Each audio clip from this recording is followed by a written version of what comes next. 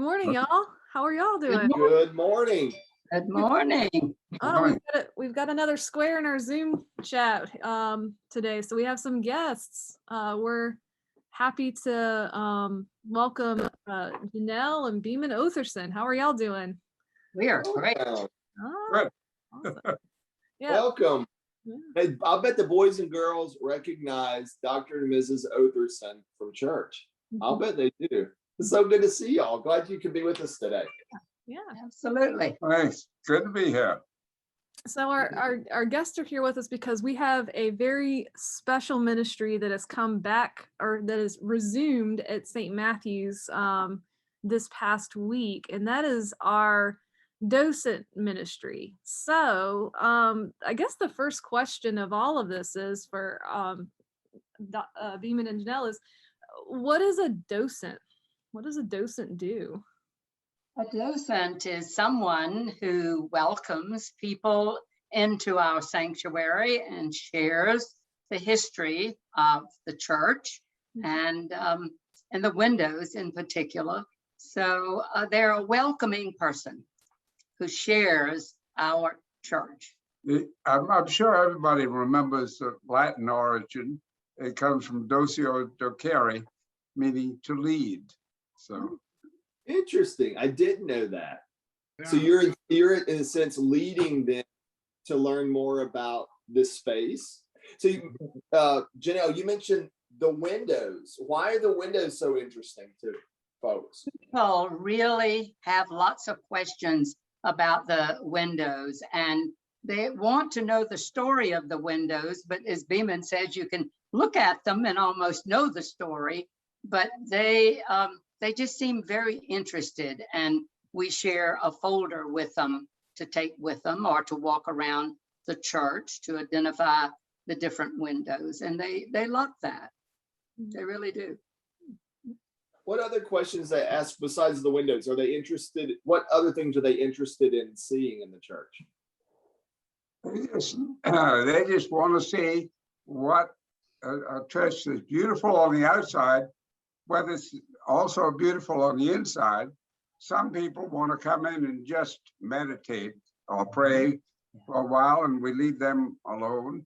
But most of them are just interested in seeing it, seeing the inside, because they've seen, a lot of them have traveled a lot.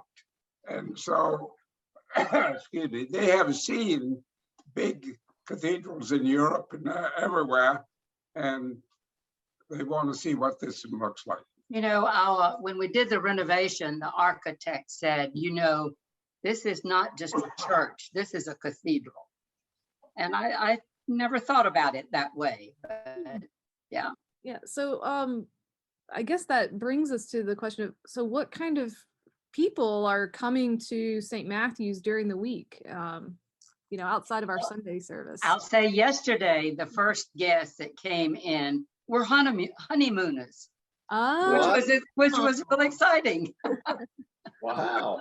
I did it on Monday, and we had 28 people, and one of them was from Peru. Oh, wow. One of them, a couple was from Boise, Idaho, and they were from all over the place. Most of them were either staying at the Dewberry across Marion Square or at the Bennett right across the street.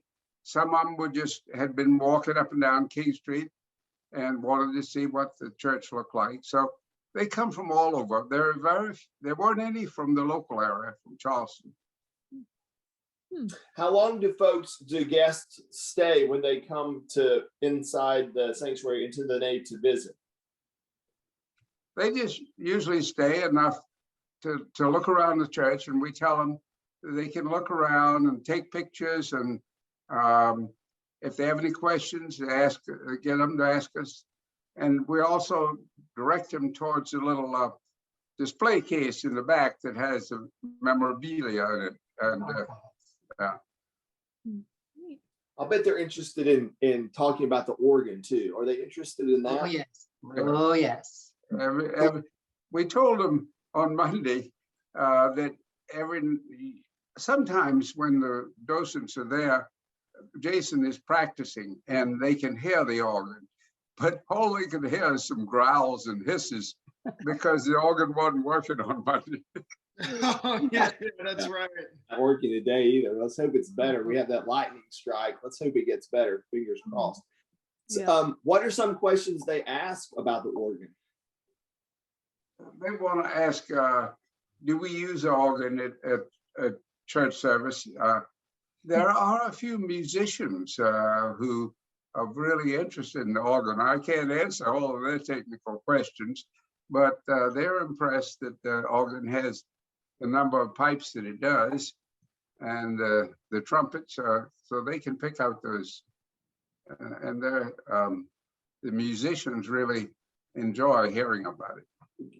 A few, probably 2, maybe 3 years ago, I happened to be in the nave when we were finishing up our noon prayer, and we had a group of Lutheran campus pastors from all the country. They were in Charleston for some sort of conference, and we were talking after the service, and they asked the question about our wine glass chalice pulpit and the sounding board on the top. And so you have all these clergy, these pastors who should have known what the name of the sounding board was above the top. And none of us knew. I didn't know what it was called either. We just know it as the sounding board. So in there we said, well, somebody Google sounding board and see what the real name is.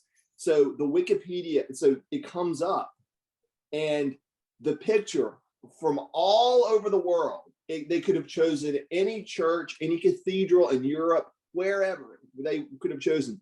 But somebody on the Wikipedia page had placed St. Matthew's picture there.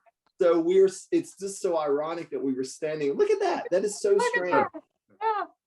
And it's called the sounding board. That was the odd thing too. It's just called a sounding board. On Monday, a gentleman was there with his son, and he pointed to the pulpit and asked what that was with the stairs leading up to it. I told him that was a pulpit, so the pastor could get up in there and look and see who's sleeping in the. Right. So we heard that you had some questions for us. I guess Yeah, that's I got some. I feel like And it's a pop quiz. here are the rules of the game. Okay. This is not like Jeopardy, but these are just going to be straightforward questions, and everybody has a pencil and paper and write down the answer. There's 6 questions. At the end of the 6 questions, we'll go back and answer the questions, and then you can determine whether you got it right or wrong. And it's an honor system. Nobody's going to look at the papers. Everybody's in a different space. If we do well, do we get to be docents? Yeah. Oh, yes, absolutely. You'll be put on the list immediately. All right, let's See if we have what it takes. Question number 1. When was the original St. Matthew's founded? What year? What year? Just the year. You don't have to have the day and the month, just the year. When was St. Matthew's founded? Okay. Second question, when was this sanctuary completed? When was the building completed? All right, which of the stained glass windows are original to the church? Which were there when the church was, which of the stained glass windows were there when the church was completed?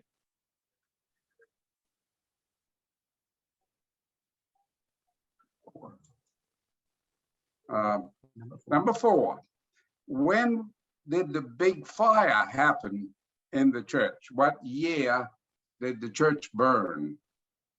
Oh man, if we miss this, I think it's time to. They always want to know how the fire started, and I tell them about the peanut. But all right, that's number 4. When did the big fire occur? Number 5, the pews, as you see them now, are replicas of the original pews, except for one detail. What is missing now that was there after the church was completed? All right, number 6. what happened to the top of the steeple during the fire? Where did it end up? Now I've got one more. This is a bonus.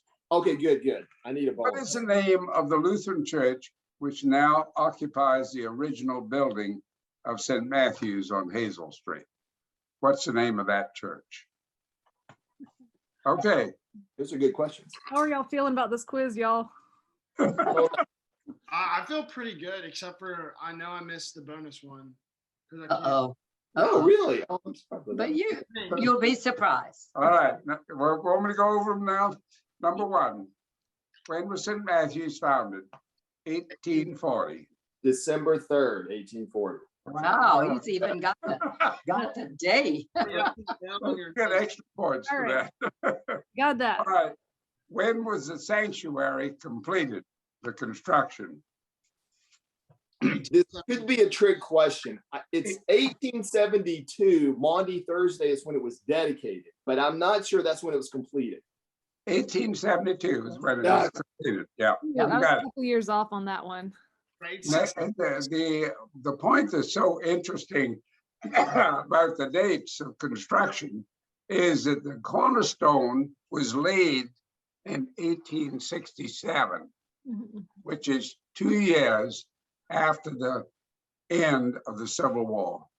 And Charleston was devastated, and yet they had enough faith to begin that church. All right. That's Beeman. Let's stop. That's such an important point. And Beeman, you've said that several times in videos, and you've shared that.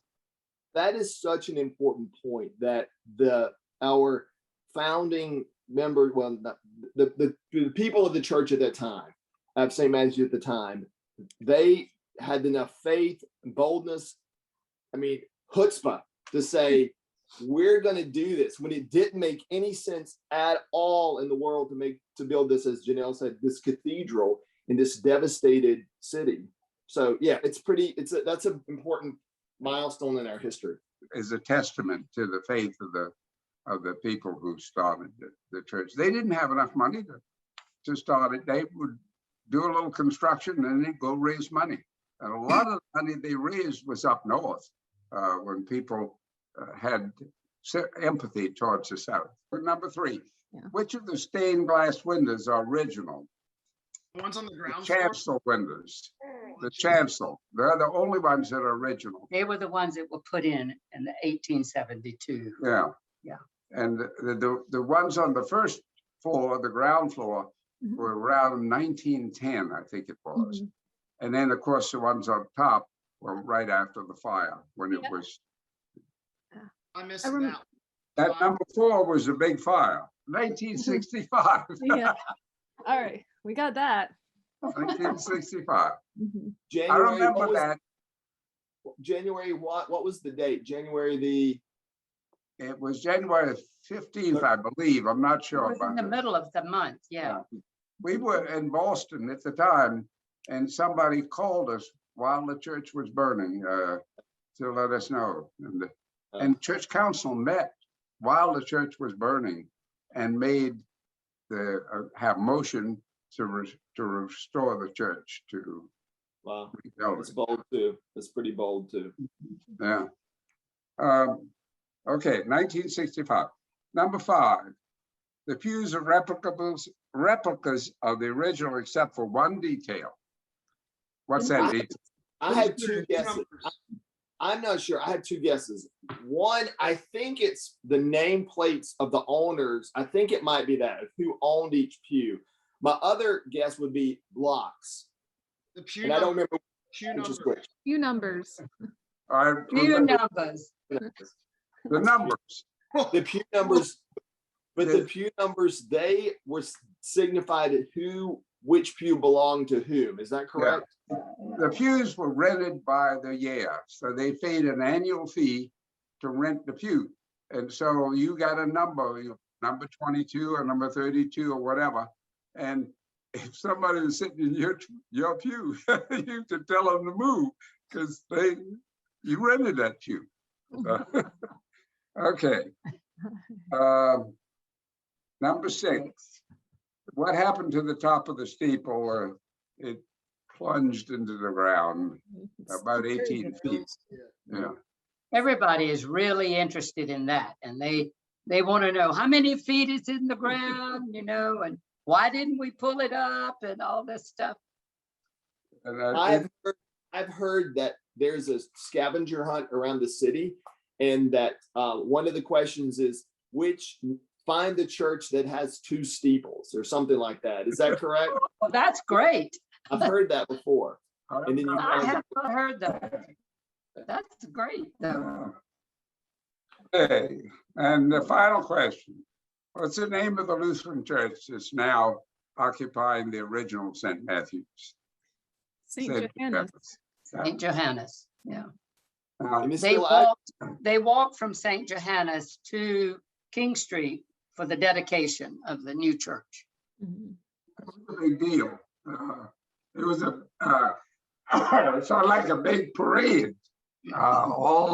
Everybody, church, council, the mayor of the city and all paraded down the street from one church to the other.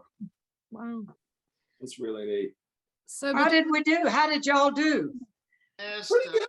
pretty Which good. one can I put on the docent list? I think we should come as like a trio. Just between the 3 of us, we could be a docent. I don't know Yeah, if you you can wanna leave alternate days.